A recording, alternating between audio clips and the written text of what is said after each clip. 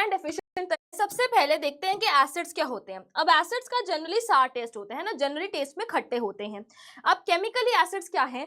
ऐसे सब्सटेंसेस जो पानी में जाकर टूटते हैं एंड टूटने पे आपको H+ या H3O+ आयंस देते हैं, उनको हम एसिड्स बोलते हैं। ठीक है, एसिड्स कोरोसिव इन नेचर होते हैं। Most of the acids are corrosive in nature. They produce burning sensation on the skin and holes in the clothes on which they fall. Right, चलिए तो कुछ जनरल बातें हमने देख ली। अब स्ट्रॉन्ग एसिड्स के एग्जांपल देख लो, HCl, H2SO4 etcetera. Strong acids वो होते हैं जो कंप्लीटली डिसोसिएट हो जाते हैं एंड रेडिली H+ देते हैं।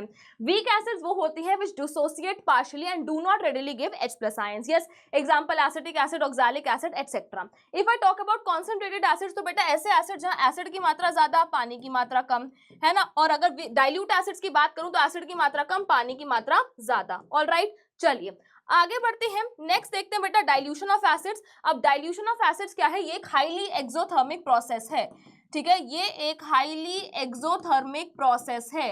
राइट, ठीक है, तो इसलिए what is the correct way of dilution? Dilution करने का करेक्ट तरीका क्या है? आप बीकर में पानी लीजिए, उसमें थोड़ा थोड़ा एसिड डालिए अलोंग विद कॉन्टिन्यूअस स्टरिंग। ठीक है, क्योंकि अगर आपने बीकर में एसिड ले लिया और उसमें आपने पानी डाल दिया तो बेटा इतनी ज्यादा हीट रिलीज होगी दैट यू नो एसिड आपका छपैक करके बाहर आ सकता है, ये बीकर टूट सकता है, एक्सीडेंट्स हो सकते हैं। So this is the correct way of dilution. जहां पे आपने बीकर में पानी लिया है उसमें आप थोड़ा थोड़ा एसिड डालिए, है ना, along with continuous stirring. Right, okay. अब बात करते हैं बेसिस की। बेसिस आपके बिटर इन टेस्ट होते हैं, सोपी टू टच होते हैं। बेसिस वो होते हैं जो पानी में जाकर टूटते हैं एंड टूटने पे आपको OH- आयंस देते हैं। एग्जांपल बेटा स्ट्रॉन्ग बेसिस के NaOH हो गया, KOH हो गया, वीक बेसिस के NH4OH एटसेट्रा। एल्कलीज वो होते हैं जो आपके वाटर सोल्यूबल बेसिस होते हैं, उनको एल्कलीज बोला जाता है। आगे बढ़ा जाए, आगे देखते हैं इंडिकेटर। अब नाम से ही पता लग रहा है बेटा इंडिकेटर एक ऐसा सब्सटेंस है जो इंडिकेट करता है कि आपके पास एसिड है या बेस है। ठीक है, तो सबसे पहले अगर मैं बात करती हूँ तो नेचुरल इंडिकेटर्स वही जो नेचर से मिल रहे हैं हमारे को, उसमें आप एग्जांपल्स देख लो। लिटमस हो गया, टर्मरिक हो गया। अब लिटमस आपको सोल्यूशन की फॉर्म में भी देखने को मिलता है, लिटमस पेपर भी होता है। अब लिटमस सोल्यूशन वैसे बेटा आपका पर्पल होता है, एसिडिक मीडियम में रेड कलर देता है, बेसिक मीडियम में आपको ब्लू कलर देता है। ठीक है, and if I talk about litmus paper तो इसमें हमारे को दो निमोनिक्स लर्न करने हैं। सबसे पहला है आब्राकाडाब्रा, ABR, acids turn blue litmus red. Acid क्या करते हैं बेटा? ब्लू लिटमस पेपर को रेड कर देते हैं। एंड दूसरा BRB, BRB का क्या मतलब है? Basis turn red litmus blue, basis red litmus paper को ब्लू कर देते हैं। ठीक है, if I talk about turmeric, बेटा टर्मरिक वैसे आपका येलो होता है, एसिडिक मीडियम में येलो ही रहता है, बेसिक मीडियम में रेड हो जाता है। चलिए, ये कुछ नेचुरल इंडिकेटर्स के एग्जांपल थे। सिंथेटिक इंडिकेटर्स, ठीक है, इसमें आपके पास आगे बेटा फिनोफ्थलीन, मिथाइल ऑरेंज। फिनोफ्थलीन वैसे आपका कलरलेस होता है, एसिडिक मीडियम में कलरलेस ही रहता है, बेसिक मीडियम में पिंक हो जाता है।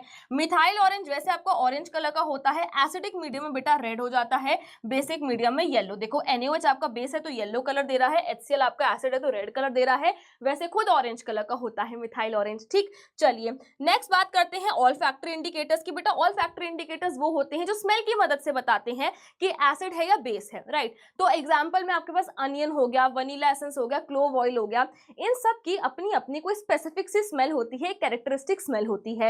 एसिडिक मीडियम में ये स्मेल रहती है, बट बेसिक मीडियम में smell can not be detected, है ना, नो स्मेल हो जाता है। राइट, तो स्मेल की मदद से इन्होंने हमें बताया कि एसिड है या बेस है, तो इनको ऑल्फैक्टरी इंडिकेटर्स बोलते हैं। चलिए बेटा आगे बढ़ते हैं, केमिकल प्रॉपर्टीज को डिस्कस करते हैं। सबसे पहले रिएक्शन विद मेटल। तो एसिड जो है मेटल के साथ रिएक्ट करके सॉल्ट एंड हाइड्रोजन देता है, बेस भी मेटल के साथ रिएक्ट करके सॉल्ट एंड हाइड्रोजन देता है। हाइड्रोजन गैस का आइडेंटिफिकेशन टेस्ट होता है पॉप साउंड टेस्ट। ठीक है, क्या होता है बेटा? Pop sound test. Hydrogen gas burns with a pop sound, है ना, हाइड्रोजन गैस निकल रही है, आप कोई माचिस या कोई कैंडल जलाकर लेकर आओ तो it will burn with a sound. Right, ठीक है, चलिए एग्जांपल्स आपके सामने बेटा रिएक्शंस के। HCl एसिड है, मेटल के साथ रिएक्ट करके salt and hydrogen gas, base ने मेटल के साथ रिएक्ट करा, सॉल्ट एंड हाइड्रोजन गैस। चलिए जी नेक्स्ट देखो, नेक्स्ट है रिएक्शन विद मेटल कार्बोनेट और मेटल हाइड्रोजन कार्बोनेट्स। तो बेटा एसिड जो है वो मेटल कार्बोनेट या फिर मेटल हाइड्रोजन कार्बोनेट के साथ रिएक्ट करके salt, water and carbon dioxide देते हैं। एग्जांपल्स आपके सामने है, एसिड है, मेटल हाइड्रोजन कार्बोनेट ले लिया, एसिड है, मेटल कार्बोनेट ले लिया, salt, water, carbon dioxide. But basis जो है वो आपके यहाँ पे रिएक्शन नहीं देते हैं, ठीक है जी। चलिए ओके, नेक्स्ट देखो, कार्बन डाइऑक्साइड के लिए भी आइडेंटिफिकेशन टेस्ट होता है, लाइम वाटर टेस्ट। जब कार्बन डाइऑक्साइड को आप लाइम वाटर से पास कराते हैं aqueous calcium hydroxide, so what happens is बेटा, ये आपको कैल्शियम कार्बोनेट देता है जिसका व्हाइट कलर का प्रेसिपिटेट होता है, जिसकी वजह से हम बोलते हैं कि मिल्की अपीयरेंस आ रही है। But if I pass carbon dioxide in excess, अगर मैं कार्बन डाइऑक्साइड एक्सेस में पास करा देती हूँ, so now what you get is CaHCO3 whole twice calcium bicarbonate and this is soluble in water. ये आपका वाटर में सॉल्यूबल होता है, तो हम कहते हैं कि मिल्कीनेस डिसअपीयर्स। तो आपने कार्बन डाइऑक्साइड लाइम वाटर से पास कराई, milky appearance due to calcium carbonate, but excess में पास कराया, so now calcium bicarbonate is formed which is soluble in water, so milkiness disappears, ठीक है। चलो आगे बढ़ते हैं बेटा, reaction of acid and base with each other, acid और बेस एक दूसरे के साथ रिएक्ट करके सॉल्ट एंड वाटर देते हैं, this reaction is known as neutralization reaction. Example HCl plus NaOH, acid and base है, एक दूसरे के साथ रिएक्ट करके बेटा सॉल्ट विच इज NaCl हो गया यहाँ पे एंड वाटर दे देंगे, राइट। क्लियर है कहानी, बहुत खूब। चलिए नेक्स्ट देखो बेटा, reaction of metal oxides with acids. Metallic oxides जो होती हैं they are generally basic in nature. तो कोई भी बेसिक चीज यानी कि बेस अगर एसिड के साथ रिएक्ट करेगा तो सॉल्ट एंड वाटर मिलेगा। तो देखो बेटा, ये आपकी मेटालिक ऑक्साइड है, बेसिक इन नेचर, एसिड के साथ रिएक्ट करेगी, acid base react to form salt and water. Example आपके सामने है। अब जो आपकी नॉन मेटालिक ऑक्साइड होती हैं वो जनरली एसिडिक इन नेचर होती हैं, ठीक है। अभी मेटल्स एंड नॉन मेटल्स में और अच्छे से इनके नेचर को डिस्कस करेंगे, बट नॉन मेटालिक ऑक्साइड्स आपकी एसिडिक इन नेचर है, एसिड एंड बेस एक दूसरे के साथ रिएक्ट करके सॉल्ट एंड वाटर दे देंगे। तो ये आपकी नॉन मेटालिक ऑक्साइड होगी, बेस के साथ रिएक्ट करके आपको क्या दे रही है, सॉल्ट एंड वाटर, ठीक है जी। चलो आगे बढ़ते हैं, नेक्स्ट आता है आपका पीएच स्केल। पीएच स्केल की बात करूं तो बेटा आपकी वैल्यूज जो होती हैं वो 0 से लेकर 14 तक होती हैं, ठीक है, 0 से लेकर 14 तक होती हैं। एसिड्स के लिए पीएच जो है लेस देन 7 होता है, बेसिस के लिए पीएच ग्रेटर देन 7 होता है, न्यूट्रल सब्सटेंसेस के लिए पीएच इज इक्वल टू 7 होता है, ठीक है। और आपको तीन एक चीजें याद रखनी है, जो आपकी एसिडिक स्ट्रेंथ होती है यानी कि एसिड की ताकत, it is inversely proportional to pH value. PH बेटा एक नंबर है ना, पीएच का नंबर, पीएच की वैल्यू जितनी कम होगी एसिड उतना ज्यादा ताकतवर होगा, ठीक है। बेसिक स्ट्रेंथ, बेस की ताकत is directly proportional to pH value, pH की वैल्यू जितनी ज्यादा होगी आपका बेस उतना ज्यादा स्ट्रॉन्ग होगा, ठीक है, राइट। एंड तीसरा H+ ion concentration, H+ ion की कॉन्सेंट्रेशन, क्योंकि ऐसा भी क्वेश्चन आ जाता है कि भाई दो पीएच की वैल्यू दे रखी है, बताओ किसमें कम H+ है किसमें ज्यादा H+ है, तो H positive ion concentration is inversely proportional to pH value, ठीक है। तो आपको पीएच में ये चीजें याद रखनी है, आप पीएच के हर एक क्वेश्चन को अटेम्प्ट कर लोगे। अगर मैं बात करती हूँ बेटा पीएच इन एवरीडे लाइफ की, तो बहुत अच्छे से आपकी बुक में अच्छे अच्छे आंसर्स दे रखे हैं, आपसे कुछ भी पूछा जा सकता है ना, तो आप अच्छे से उनका आंसर लिख के आ जाना, है ना। Our body works well with in a narrow pH range of 7 to 7.8, ये पीएच आगे पीछे हुआ तो दिक्कत होती है। प्लांट्स जो है वो बढ़िया ग्रो करते हैं जब सॉइल का पीएच 7 के आसपास होता है। सॉइल बहुत ज्यादा एसिडिक हो गई है या बेसिक हो गई है तो दिक्कत आती है। सॉइल बहुत ज्यादा एसिडिक हो गई है तो बेसिक चीजें डाल दो न्यूट्रलाइज करने के लिए, बहुत ज्यादा बेसिक हो गई है तो एसिडिक चीजें डाल दो न्यूट्रलाइज करने के लिए। पीएच इन डाइजेस्टिव सिस्टम, बेटा भर भर के खाना खा लेते हैं, है ना, तो एक्सेस में एसिड रिलीज होता है स्टमक में, उसको न्यूट्रलाइज करने के लिए, तो एसिडिटी हो जाती है, बदहजमी, है ना, डकार आते हैं, तो इसीलिए हम एंटासिड्स लेते हैं, माइल्ड बेसिस जो इस एक्सेस एसिड को न्यूट्रलाइज करते हैं।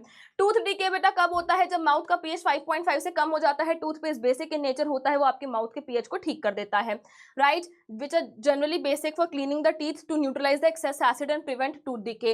प्लांट्स एंड एनिमल्स बेटा अपने आप को प्रोटेक्ट करते हैं, है ना, एसिडिक या बेसिक लिक्विड सेक्रेट करके। तो बहुत अच्छे से यहाँ पे तो मैं शॉर्ट में लेकर आई हूँ, बट बहुत अच्छे से आपके बेटा आंसर्स बुक में दे रखे हैं, आपके नोट्स भी बनवाए हुए हैं, आप अच्छे से इनका आंसर लिख के आइए। ये हमारी क्विक रिविजन है, तो मैंने आपको अच्छे से रिवाइज करवा दिया है। चलो लास्ट टॉपिक है इस चैप्टर का, एसिड्स बेसिस एंड सॉल्ट्स का। सॉल्ट्स, अब सॉल्ट्स क्या होते हैं बेटा, ऐसे कंपाउंड जो एसिड और बेस जब न्यूट्रलाइजेशन रिएक्शन करते हैं तो जो बनता है, मतलब compounds form by the neutralization reaction between acids and base are called salts. Acid और बेस के बीच में जब न्यूट्रलाइजेशन रिएक्शन होता है तो जो चीज बनती है बेटा वो आपका सॉल्ट होता है, ठीक है। चलिए अब देखो भाई कुछ कुछ हमारे को इंपॉर्टेंट केमिकल्स देखने हैं यहाँ पे। सबसे पहले if I talk about NaOH, तो NaOH को बेटा वैसे कॉस्टिक सोडा, केमिकल नेम इसका सोडियम हाइड्रोक्साइड हो जाता है NaOH, caustic soda but chemical name sodium hydroxide. Formula बेटा NaOH, ये आपका बनता है क्लोर अल्कली प्रोसेस से। क्लोर अल्कली, क्लोर क्यों, क्योंकि क्लोरीन गैस प्रोड्यूस होती है, अल्कली क्यों, क्योंकि एक अल्कली यहाँ पे NaOH बनता है, ठीक है। When electricity is pass through an aqueous solution sodium chloride, जिसको ब्राइन बोलते हैं, तो वो आपका NaOH दे देता है। साथ में बेटा क्लोरीन एंड हाइड्रोजन आपको मिल जाता है। ये क्लोरीन गैस आपको कहाँ मिलती है, अनोड पे, एंड हाइड्रोजन गैस आपको कहाँ मिलती है, कैथोड पे। तो देखिए chlorine gas is given off at the anode, hydrogen is given off at the cathode, sodium hydroxide form near cathode. चलो बेटा यूजेस की अगर मैं बात करूं, it is used to make soaps and detergents, it is used in paper manufacture, ठीक है। चलिए नेक्स्ट देखो बेटा, next if I talk about bleaching powder, तो उसका फॉर्मूला क्या होता है, CaOCl2 कैल्शियम ऑक्सीक्लोराइड। प्रिपरेशन कैसे बेटा, ब्लीचिंग पाउडर को प्रोड्यूस करते हैं, क्लोरीन का रिएक्शन कराते हैं ड्राई स्लेक्ड लाइम के साथ, तो आपको आपका ब्लीचिंग पाउडर मिल जाता है। यूजेस आप देख सकते हैं for bleaching cotton and linen and textile industry, है ना, ऑक्सीडाइजिंग एजेंट की तरह, डिसइंफेक्टिंग ड्रिंकिंग वाटर। चलो नेक्स्ट देखते हैं बेटा, नेक्स्ट है आपका बेकिंग सोडा, है ना, NaHCO3 sodium hydrogen carbonate. Preparation it is produced using sodium chloride, NaCl as one of the materials. बेटा इसका ये प्रिपरेशन का मेथड है, ठीक है, ये प्रिपरेशन का मेथड है, NaCl H2O CO2 NH3, तो आपको NH4Cl अमोनियम क्लोराइड, साथ ही में आपको NaHCO3 मिल जाता है।